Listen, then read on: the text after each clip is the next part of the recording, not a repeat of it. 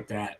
But Mr. Logical, hear ye, Wizard Nation. Something finally went our way. So, as I was thinking about this, I was thinking, there was a John Wall. There's a second year in a row AD's team got the number one pick in the offseason, by the way. Yeah. Trade for AD is number one pick. John Wall and Kwame Brown, are previous versions of a number one draft pick. So of course it was fitting, right? Because we've been talking about the tanking and how Adam Silver's trying to come up with all these rules to combat tanking. And then the two teams that were probably the biggest tankers end up 1-2. And especially the Utah Jazz, like you have to consider them. Oh, Minnesota tied this up. You have to consider Utah a winner in this situation because they were the ones that got fined the $500,000 for tanking. And here they are with the number 2 pick. Now, I'm going to tell you something about, well, actually, I'll get to that in a minute. So then I look at the Bulls at number 4. You know what I mean? Like, it takes me back to Eddie Curry. I think he was number 4. In recent times, Patrick Williams was number 4. You know what I mean? So that's not such a lucky number for the Bulls. But the biggest winner, I think, outside of the top 2 teams, the Clippers. Because, they lost a pick to OKC, due to the Paul George trade. But then a part of the Zubac trade, they get Indiana's pick because it didn't finish in the top 4. I don't know why Indiana would take that gamble. Maybe they had to get the deal. That's what I mean. I don't know why you took that deal. I just don't know why you would risk the potential top 5 pick with the. I saw Brian Windhorst in this draft. You know what I mean? They had a 52% chance of getting a top 4, right? And then a 48% chance of it being 5 or 6. And if it was outside of 5 or 6, then it was pushed to 2031. Yeah. It didn't happen at all. So it had to be your 52% to get the top 4, 48% for 5 and 6, and then 7 through 14. That's irrelevant because the way the trade worked out, it was going to go to 2031. Right. So that just was, those are just bad numbers. I think there's just bad management there. So what stands out to you? Utah still work a way to try to get AJ DeBonce? I just saw a video of him shooting threes at the combine. He didn't look like he was doing well, but but he checked out with that 42.5-inch vertical. Yeah. Does Washington just go keep it simple and just take him best player in the draft? If I were making the decision, I would take AJ DeBonce.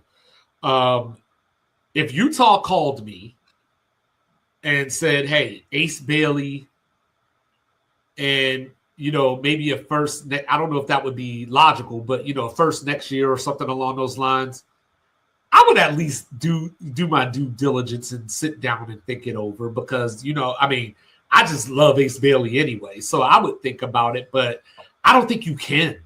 I think AJ DeBonce is just I know this is going to sound real crazy, real hyperbolic, but this is sports and that's what we do, right? Yes, can't miss prospect. AJ DeBonce is like Jason Tatum and Jaylen Brown, but hybrid. You know what I mean? If he reaches, the potential, he's that level of a player to me. So am I going to give that up for anything Utah gives me? I don't know. If you try to give me Lauri Markkanen, I don't like the injury history. And you know what I'm saying? If you try to give me Ace Bailey, I might not want him alone. But if I'm Utah, this works out perfectly. Because if Washington takes AJ DeBonce, you can sell to your fan base. I tried to do everything I could. Washington wouldn't budge. But when I look at the Utah Jazz and how they're constructed right now, Peterson is the missing piece. You know what I mean? So you got Keontae George coming off his career year. Ace Bailey, a year under his belt, marketing. You traded for Jaren Jackson Jr., at the trade deadline. Walker Kessler didn't even really play this season. So this is like the one spot that you could solidify. With Darren Peterson. Yeah, and you're looking at maybe a top 6 seed if everything comes together. No marketing injury, everything plays out a certain way. Like you could be looking at we skipping the play-in and we going to jump right into the playoffs like San Antonio did. Not as high as San Antonio did, but we going to skip the line. So Where's it Darren might just Peterson work out. From? You know where he's from? I don't, but I will tell you. You know what I mean? So from that standpoint, I think it's the best of both worlds. Now let's look at it this way. You're Washington. He was born in the home of the NFL Hall of Fame. Oh, Ohio kid. All right, so AJ DeBonsa went to high school in Utah. Went to BYU. And they have the Jazz have a BYU guy in one of those decision-making positions. Well, that fronted the money, right? But he fronted the money, or not fronted, but he contributed to the money that got AJ to BYU. Yes, so a lot of local Wasatch Front connections, a lot of Mormon money connections. I don't know if anybody else would want to play in Utah more than AJ DeBonsa. And I don't know if I'm Washington, I'm looking at I might take whatever Utah's giving me in a deal just to get more trade bait, because they're going to try to move AD probably. Just to sweeten the pot for another deal. Because I think Washington, this upcoming year for Washington and Utah is shit or get off the pot year. You know what I mean? You've been tanking, you've been building for the last couple of years. Washington went out and got Koulibaly a few years ago, Keyshawn George.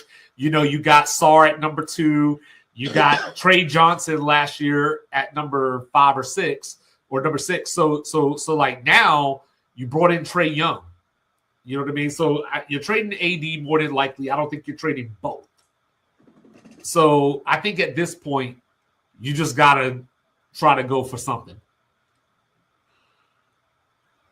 No. I think conversations, money and conversations will be quite persuasive.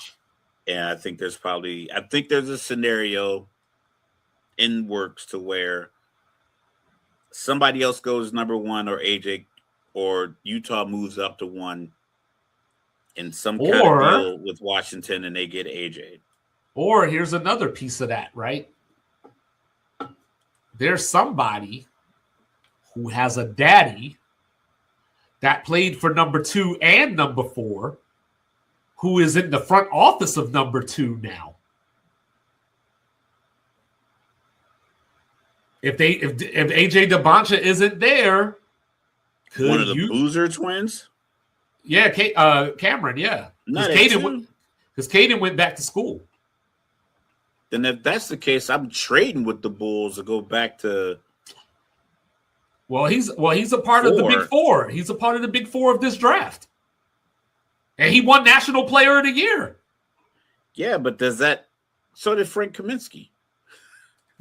Frank the Tank, shout out. Yeah, sometimes it doesn't always translate, and I think we saw it with Jahlil Okafor, we saw it with like I said, Frank Kaminsky. Sometimes these guys, these bigs that play below the rim that aren't Jokic.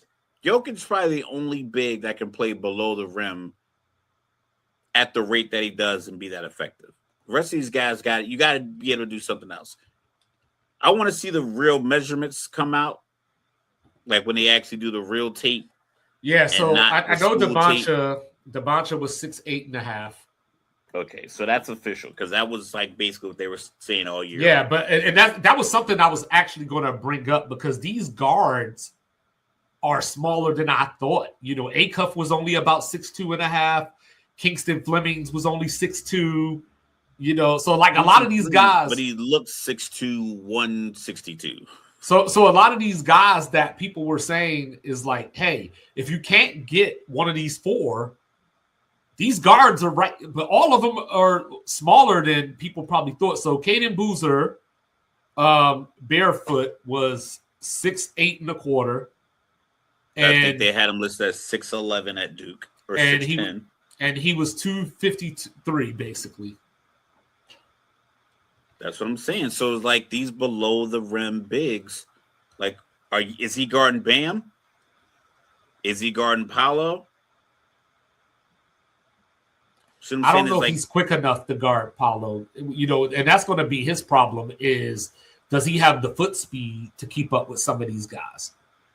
But the expectation is if I take you in the top 2, 3, 4, 5, you're going to have to be able to score on them and defend them. Well, I know you are undersized. And did he do a vertical yet? Let me see. So like the problem with a guy like him, and I know this is redundant because we're talking about a draft, but he's I think he is. It depends on who he goes to. You know what I'm saying? Like, even though like he's considered to be the third best or fourth best prospect in this draft, depending on who you talk to, I think that he's the one that is dependent where he goes. Because I think Debancha can pretty much go anywhere. Correct. I think Peterson could go anywhere. His vertical was 35. You got that's not great for a 6'8" guy. You got Caleb Wilson, who is the fourth of this, quartet, if you will. Now that's where Memphis has the decision to make, because assuming that Debancha and Peterson go 1-2, if you're Memphis, do you go with the playmaking big? Julius Randle doing Julius Randle things. Do you go with the playmaking big at 6'8", put him next to Zach Edey, and you have Zach Edey to clean up the defense behind him? Or do you go with Caleb Wilson, who I've seen people compare to Kevin Garnett? I don't quite see that, but that's what a lot of people are comparing him to. He's athletic as hell. His defensive ceiling is probably out of this world based off of his athleticism. So do you use Caleb Wilson as basically a Jaren Jackson replacement of sorts? Yeah. What up, Briz? I just always feel like a lot of these players are going to end up, because it's because of tanking and because of the way it's set up, you're going to be expected to be the man on these teams. And I just feel like sometimes these front offices aren't honest with themselves. It's like, okay, are we going to be able to get this guy to the level that we are drafting at 4? Like, we're the Chicago Bulls. We've done a plethora of poor deals over the last few years.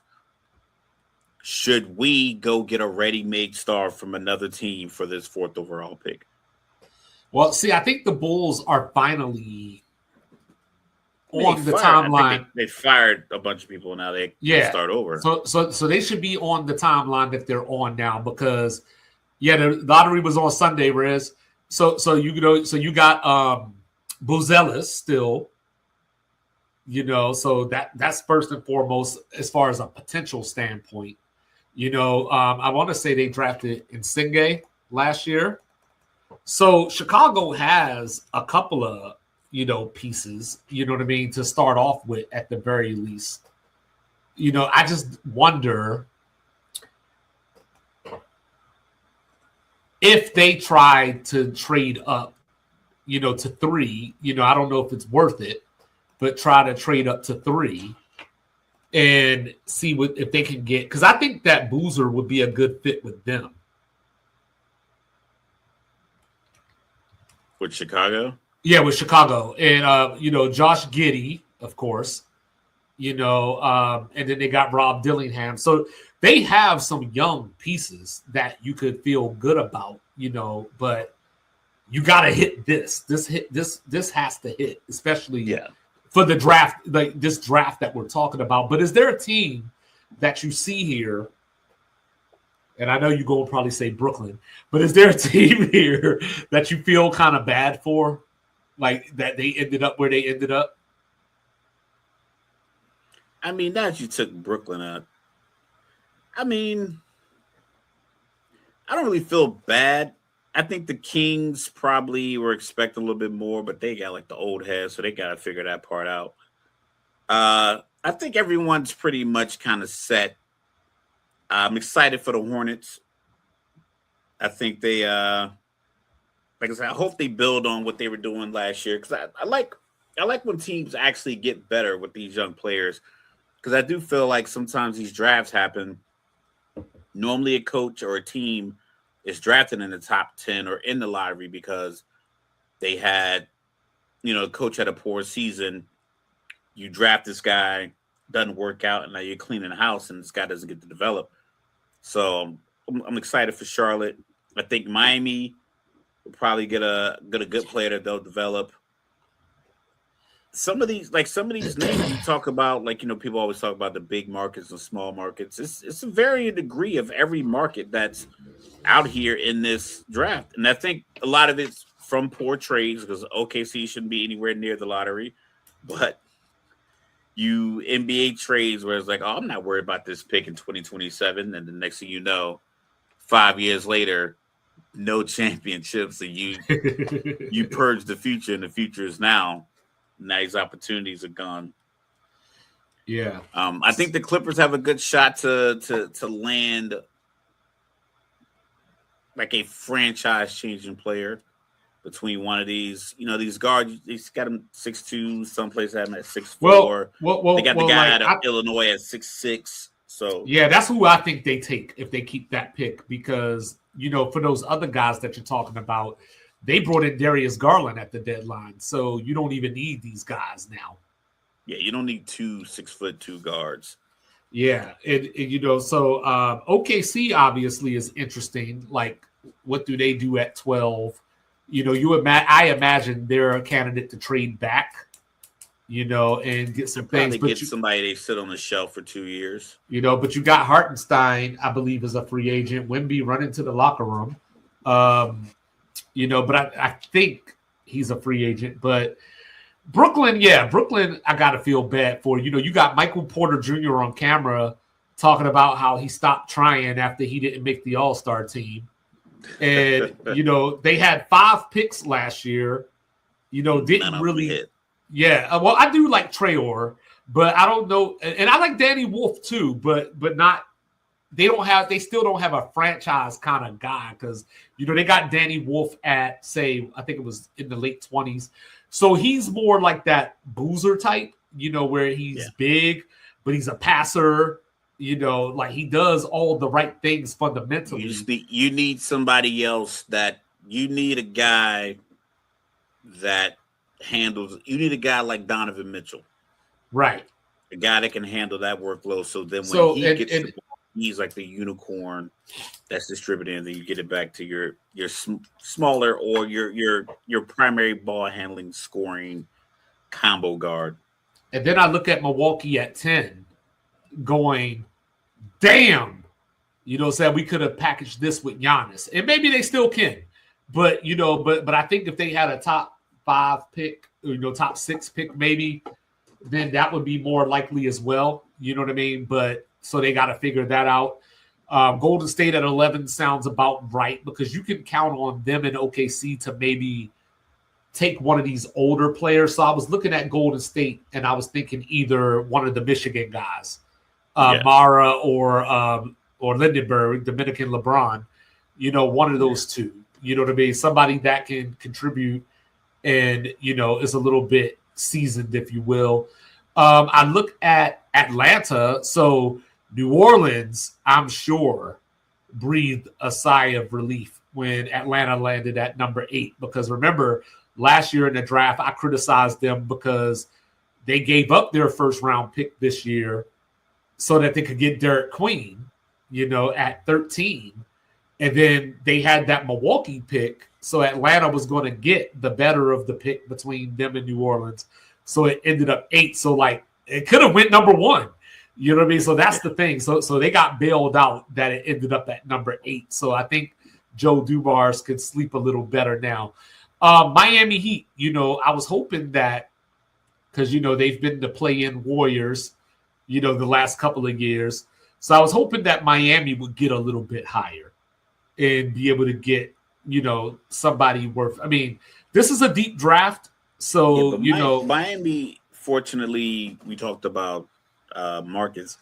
They always seem to be on the list of guys. I think KD might want to try to wiggle his way there. So I think as a team, they'll be fine. Are they going to get a young player to build around in this draft? Probably not. But I think they're always going to be a hot spot, for lack of a better word, for free agents. So I think as a team, they'll be fine. Whereas, we talk about Brooklyn, no one wants to go to Brooklyn. And then on top of that, I'm not sure people really want to play with Michael Porter Jr. because he won't shut the hell up. He just seems like a headache. The problem got for traded Brooklyn, and went straight to streaming. The problem for Brooklyn is that build. He's probably the only dude outside of one of your young dudes that would have any value. I don't know if people around the league are clamoring for Nick Claxton. Igor Damon, he could probably get some bites at the apple, if you will, for trades, but you just drafted him last year, and I think you want to see that through. So that's where, with Brooklyn, it's do you end up, because, you drafted Traore, like I said, and you have Damon. The best player available at 6. I guess so. Sacramento, they were looking at this we tried to do it the right way. We were a bad team, but in April we went 3-3. So, so we were still trying at the end of the season. Yeah. Just to end up at number 7. Should have gone 0-6. You know what I mean? So now, you know what I mean? That's where you start looking at those guards that we were talking about, Acuff, Flemings. Do one of them fall there because of their measurables? Another guy, Michael Brown from Louisville. Love him. I absolutely love him. Think he could be a star in the NBA. The problem is he has one of the worst injuries that you could be coming into the league with. A back injury. So you got to try to, and remember, he didn't play in the NCAA tournament. He missed those 2 games, with that injury. So hopefully he gets some clearance from a doctor where a team can feel comfortable, because he could be an option for the Clippers. Maybe he could be that Brooklyn piece that you're looking at. Yeah. Because he's 6'5"-ish. You know what I mean? So he could be. The point guard is the new NBA transition. 6'4.5" to 6'5" will be your new point guard. And NBA 2 is going to slowly phase out. Kyrie, Steph. They say Steph is 6'4", which I highly doubt. I'm not really locking that in. They say Jamal Murray's 6'4". I feel like a lot of 6'2.5". I mean, that's still substantially taller than I am. I'm 5'8.5". I'm not out here knocking someone for their height, but the numbers they seem to be a little bit exaggerated. Yeah, but we're seeing a shift to where they want just bigger guards because there's so many combo guards that handle the ball that your traditional Mike Conley point guards. But I feel like I just see so many. I see so many fits here. You know what I mean? Acuff screams Sacramento to me. These drafts definitely are deeper than previous years. We talked about the Ricochet and the Alex Sarr year, where it's I think even when they took Dillingham, it's bro, he is 5'10". Yeah, and small. What are you gonna do? Every Shepard went 3rd. It just was that was a very tough year. This year is a year, and I understand. Like I said, everybody wanted to tank because they wanted to get to that spot. Yeah, Nate Mint, just screams Milwaukee to me. You have Jaden Quaintance, who's been hurt but is looking good in these workouts. So we'll see what happens with him. Marenz Johnson, the other Michigan player that we didn't mention. Him and Lindenborg both measure 6'9". Lindenborg with the longer wingspan between the two. LeBaron Philon, another one of these 6'2" guards that maybe he's there for Miami, and Miami doesn't have to worry about trying to swing a deal for Ja Morant, who, I don't know who wants Ja Morant at this point. Could he end up as a buyout kind of dude, near the trade deadline next year? Yeah, they did not coordinate his potential Memphis exit properly. I think they should have kind of propped it up as we're going a different direction. Great player, great team. Well, it's kind of hard to do when the dude don't play.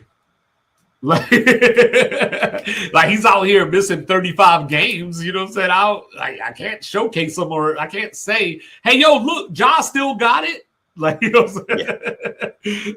Yeah. He do still got it. He got a messed up ankle. I like Alan Graves out of Santa Clara. You know what I mean? Like, he's going to be a good player. You're probably going to get more. Once you get out of the top 10, you're going to probably get a lot of those. So Serbian, Slovenian, former Soviet Union, Eastern Bloc players that we haven't heard of. So because I wonder if they want that Luka, Jokic, 6'9", 6'10", guys have been playing professionally for years. So a lot of the college guys might run the top 10, but around Golden State, OKC, I'm a feeling they're gonna go some European player that we're gonna hear about in the next couple of days, and it's gonna end up on there. That's gonna be the card they pull.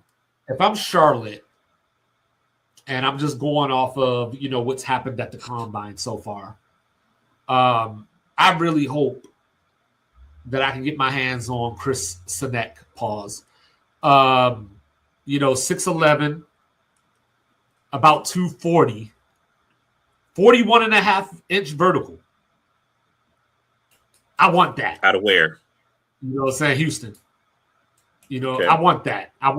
You know what I mean? I like because they have Kyle Brenner, and you figure LaMelo is he's there. Brandon Miller's there. You just drafted Con Knipple. You're still holding on to Miles Bridges. Maybe you move him this offseason, but they still have him. You know what I mean? So I think you got room to bring another big in there. Another team that I was thinking about as I was looking at this is the what do you do if you're the Spurs? You know what I mean? Because obviously the Spurs aren't in the lottery per se. The Spurs are in the 20s. Let me pull it up real quick to get I had it, but I forgot. So the Spurs are number 20. So not far enough down that you can't get somebody, but I was thinking maybe Graves would be a good fit for them. Alan Graves that I brought up. Maybe Malachi Moreno if he stays in the draft out of Kentucky. It sounds like he's not even participating in the 5-on-5s. So it seems like guys after 15, they're just guys that are just getting drafted to sit or develop or go to the G League. I think if you're the Spurs, you just get a guy that you can just mold into your system as best possible. Your future's kind of set with the guys you have now. You're going to run De'Aaron Fox for another year, maybe at the end of next season. However this season plays out, I'm going to say De'Aaron Fox gets you another year, and then he's moving on. Now you have your young core, maybe whoever you draft this year, Wemby, you're paying Wemby, who are you going to pay in the next couple of years? Find Castle, yeah. Maybe you'll probably have to move. Yeah, I was gonna say you'll probably have to move Fox at some point. Yeah, you have to move Fox after next season. I think. And I was just about to bring him up, like going back to last year's draft. Like, Dylan Harper,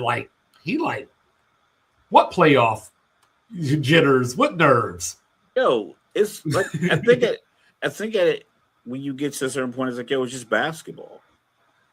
I've been And I mean, trained to play he does have an basketball. I have NBA dad. basketball DNA. Yeah, it's like it's just basketball. It's like get to my spot, run the play, hit this pass. If I have a matchup that I like, take to the cup. If I have space, shoot the shot. If I'm getting crowded, pass the ball. I think the basic fundamentals of like how to operate and I get that, on the road when you're young, you're a rookie or road team versus home team, the crowd, all of that factors in. But as long as you're making like the right plays because you're a good basketball player, I think you'll be fine. Yeah. And he's proven to be. He's already a meme too, like his face he made when the elbow happened. Yeah. Yeah. Yeah. Malik Thomas out of Arkansas. I know Acuff gets all the press, but Malik's pretty damn good. Braden Berry's out of Arizona. Koa Pete out of Arizona. So I think Koa Pete might be one of those guys that, depending on how he does at the combine athletically, I think that he's the kind of guy that could sneak into the top 10. Yeah. I don't know if he's a top football. I don't know if he's a top 10 player. I don't know if he's a top 10 player, but he might be able to athlete himself into the top 10. Yeah, and the argument is going to be like, well, it comes obviously clearly from an athletic family as an NFL brother. Yeah, but he needs to get on that that jump shot. That's what he needs. It's a tough. I remember the first time I heard multiple pundits talk about he needs to work on his jump shot, and I believe it was Josh Jackson out of Kansas. Oh, I believe it was Jay Billis. I loved me some Josh Jackson. It was like 3 or 4 players on the road that got drafted, and he was praising them because they were top 10 picks. But somewhere in that soliloquy, he would slide in. Needs to get better at shooting the jump shot. Needs to get better at maybe. Well, needs to get better at creating space for the jump shot. But it's like if these dudes can't shoot, how are they going 4, 5, 6, and 7 in the NBA draft? And it's been kind of the model for the last 10 years. Well, it's funny that you say that because earlier I was having a conversation with somebody, and I was like, "Yo, Josh Jackson and Marvin Williams would kill it in this NBA. Like the NBA that we're playing today, like they would be really good in this NBA." And just wing defenders. Yeah. Marvin Williams. Marvin Williams was still. He was one of those 6'9" shooters that would be a thing today. Like, you know what I mean? He would be like somebody's perfect fit today because he could stretch the floor. And Josh Jackson couldn't shoot. No, he couldn't, but he could, but that speed and he could jump out. He might be like he should have been effective. You know what? He might be like played. He might look like these Thompson twins. Yeah. And then what happens when the ball gets swung to him? Yeah. You know what I mean? But that's funny. Second left in the shot clock. And another name to keep your eye on, Dalen Swain out of Texas. But, before we get out of here, I was promised that Mr. Logical was not going to be cool, calm, and collected.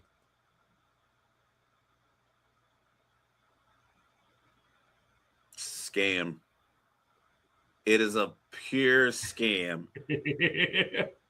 FIFA should be fuck around and find out whatever acronym, like it's ridiculous. The scamming, the money grabbing, and the problem is that they are overestimating the value of soccer. And people say, no, it's called football. England started calling it soccer first before they called it football. Because like a little town in England where the game started and it was like called Soccer, and they would call it soccer. So like they were calling it soccer, and then they called it football. And they're like, "Oh, you took our name." No, we were calling it football over here with Teddy Roosevelt, and they were playing college tackle football. But it's neither here nor there. So soccer and its popularity in the United States and the sales and I don't think they understand how unwalkable most American cities are. They're just not like most arenas. So if you think about, okay, I use East Rutherford MetLife Stadium. Of course. You cannot walk there. Philly is a great. Philly probably has the best location for sports because they have the baseball stadium, the football stadium, and the basketball/hockey It's arena. basically like a little It's shopping all, mall of stadiums. yeah, it's all right there. This is on one corner, across the street. It's the bar, this football stadium, and then so it's all right there. If they're gonna allow people to drive there, that's pretty convenient. And the bus system for Philly works. And you can kind of park a few blocks away and walk. It's not, like I said, it's not a great area for walking. It's not as if it's in the middle of the walkable area like how the baseball arena is going to be on the strip in Vegas. It's a long walk, but you can walk there. You know, you just walk right down the street. It's going to take you a while, but like I said, it's a walkable city because all those shit. New York and New Jersey, East Rutherford is not like that. So the hotels, people aren't booking hotels. So FIFA is talking about they sold like all these million tickets, but if you look at the hotels, it's like no one's booking hotels. And I know you didn't sell a bunch of millions of tickets to people in Jersey. Oh, because the ticket from New York to East Rutherford, it's $12.90 for a regular person. It's probably like $4 for a veteran round trip. Okay. It went up to $150. I saw today that they got it down to $105. You got it down to $105. It's a $13 round trip. So you didn't get it down to $105. You got it up to $105. The cheapest ticket for the final, which is held here, though the average is $13,000. The most expensive is like $34,000, and you have no idea who's going to play in it. So it's just a corrupt money grab. I hope it fails beyond repair. I hope FIFA actually loses money so they have to get bribes from other countries for the next couple of World Cups to make up for the money they lost in this, because it is absolutely ridiculous. The prices, the transportation restrictions, you can't drive to East Rutherford, so you got to pay that $105. And for me, it's even further to get to if I want to take it by train. Trump so said I hope it fails. He was a regular person. Yeah, he wouldn't pay it, but he got his cut. No, I'm not saying that. Allegedly, he got his cut. But yeah, I hope it fails. I hope it fails beyond repair, because we talk about, oh, it's so much money for the community. No, it isn't. It's not so much money because people don't, you're not going to sell, you're not going to have access to most places. Regular people don't own hotels. Regular people don't own Airbnbs. Regular people don't own these seats and these parking spots or whatever it is that actual visitors benefit. Yeah, if you owned a restaurant, maybe you'll sell out all the time, but you could do that locally because you've been doing it. So it's not like they're just generating money upon money for everyone who lives in North Jersey. Right. It's just a scam. Even concessions. Okay, cool. That doesn't go to the people. People aren't getting tips or like getting paid because you increase the price of a hot dog from $17 to $37. They don't get an hourly wage boost because FIFA's in town. They just work the whole time. I went to a baseball game the other day, like a little 2A game or whatever. You know, it was like, why are the sunflower seeds $8? The ice cream swirl at Yankee Stadium was $9. That's crazy. French fries at Philly was like $9, and that's just a regular game. So, yeah, I hope it fails just because it's just we're in an economic time in our country where the price of everything's going up. Eggs, gas, rent is through the fucking roof. Like, it's ridiculous how much people are being charged for rent. We're going through an energy cost crisis in Jersey. it's like $300, $400, $600 a month for your electric bill on average in this state. So you want me to spend my light bill money on train tickets to get my family to a game and spend rent money on a ticket for a team? It could be Paraguay versus Costa Rica. I don't know a soul on that team. It's not happening. It is not happening. They will fluff it. They'll drop the ticket prices. Like they had ticket prices listed at $66. Yeah, 1.9% of tickets were listed at $66 or less. And you're probably in a nosebleeds. And nosebleeds at MetLife are like you might as well be at the top of a mountain to watch a soccer game, a little tiny ball. Like it's like, once again, I don't wish failure on people, but this corrupt ass organization, I hope this flops. I hope when they turn these cameras on and they pan the crowd, it's 1,200 people in these 70,000 seat stadiums.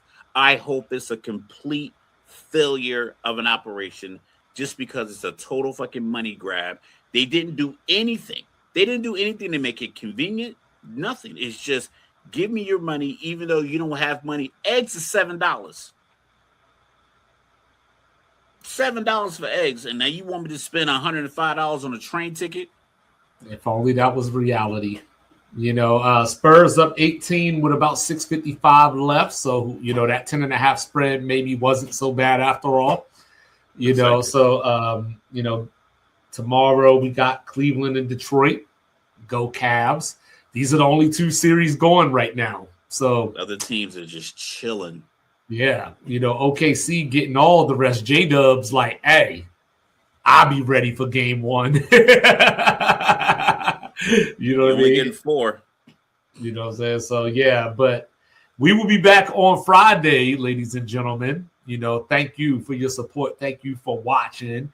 This is Sports Reports as Ordered. He is the world-famous, world-renowned, cool, calm, and collected, unless he's talking about FIFA. Hashtag boycott FIFA. He goes by the name of Mr. Logical. Don't bring feelings to a fact fight. Don't do it. And then down here in the Alamo, finally this weekend, Gina versus Rhonda. Finally. Let's see which one of them can go left. Because I go left so much that you thought I was southpaw. I go by the name of 2-5. Roy Jones and Mike Tyson. We are everywhere you get your podcast. So it's Say Less, Say More. Like, review, subscribe, share, rate, do all the free things, do all the good things. Liquid Death in hand, Strawberry Terror, if you could get your hand on it. We love y'all. And we'll be back in a few days. Sports Reports is ordered. No gimmicks, no clowns, 2-5, Mr. Logical, we run this town. Real talk only, no chasing, no doubt. From the east to the west, it's the order we shout. Mic check, lights flash, game time, stay ready. 2 vets in the zone, keep the pressure real heavy. Big hits, big plays, yeah, we breaking it down. Truth rings in your speakers, every word is the crown. From the north side hustle to that southern flame. Midwest grind, west coast of the game. Sports talk kings, yeah, we wear that crown. Turn it up, let them know it's about to go down. Sports reports, no gimmicks, no clowns.